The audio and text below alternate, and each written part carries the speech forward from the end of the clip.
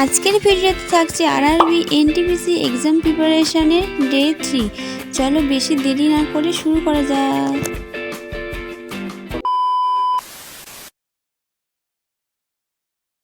Hey guys, welcome back to my new study blog. আর আজকে আমি উঠে পড়েছিলাম 6:45 এরকম টাইমে।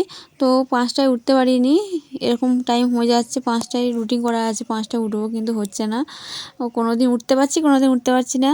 তো যাই হোক, বেসিক্যালি আজকে আমার সকালবেলায় পড়ানো ছিল, মানে প্রত্যেক দিনই থাকে, আজকেও পড়ানো ছিল। তো সেই পড়ানো কমপ্লিট করে নিয়ে আবার আমাদের ক্লাস ছিল, কলেজে যাচ্ছিলাম। তো বেরিয়ে পড়েছিলাম, 9:40-এর ট্রেন ছিল।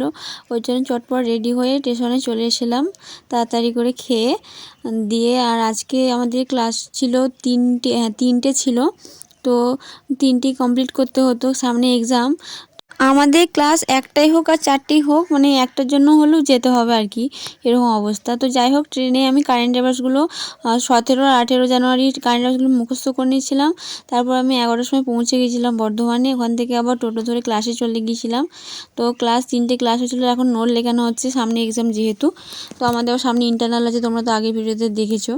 আর এই কলেজ যাওয়ার জন্য সকালবেলা যেহেতু চলে যেতে হচ্ছে, মানে সকালে পড়াটা হচ্ছে না। সকালে রুটিন অনুযায়ী যে 10টার দিকে মানে টিউশন পড়ানোর পর যে টাইমটা আমি পেতাম বাড়িতে পড়তাম, সেই টাইমটা হচ্ছে না, কলেজ চলে যেতে হচ্ছে। কি আর বলবো, যেটুকু পাই ট্রেনে একটুখানি পড়া হয়, মক টেস্ট দেওয়া হয়, ওইটুকু মানে সেকশনাল মক টেস্ট যেগুলো হয় আর কি, ওইগুলো দেওয়া হয়। আর মানে টাইম হচ্ছে না একদমই। এসে আর বিকেলবেলা যেদিন তাড়াতাড়ি চলে আসি, মানে বিকেলবেলার দিকে, তো বিকেলবেলায় পড়ি, আবার নাহলে আবার সে সন্ধ্যেবেলা থেকে স্টার্ট করি। এই হচ্ছে ব্যাপার। আর আজকে এসে রিজনিংগুলো কমপ্লিট করছিলাম। রিজনিং যেগুলো মানে এই যে বইটা দেখতে পাচ্ছ, এটা হচ্ছে আমি যখন এনটিপিসি 2025 সালে এক্সাম ছিল তার সামনেই, তখন আমি এই বইটা কিনেছিলাম, টেক্সট বুক অ্যাপ থেকে বইটা কিনেছিলাম।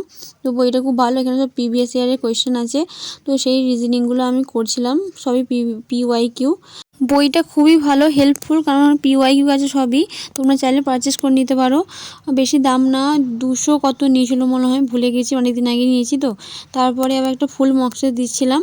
তারপর মক টেস্ট দেওয়ার পর সেটা আমি অ্যানালাইজ করছিলাম। আর যেহেতু এখন হাতে খুব টাইম কম, তো এডিটিংয়ের জন্যে তোর ভিডিও পোস্ট করা হচ্ছে না গো। আর তেমন টাইমও পাচ্ছি না পড়ার, কী আর বলবো। তো যাই হোক, আজকের ভিডিওটা ছোট হচ্ছে। আজকের ভিডিওটা এই পর্যন্তই। দেখা হচ্ছে নেক্সট স্টাডি ব্লগে। আজকের মতো বাই।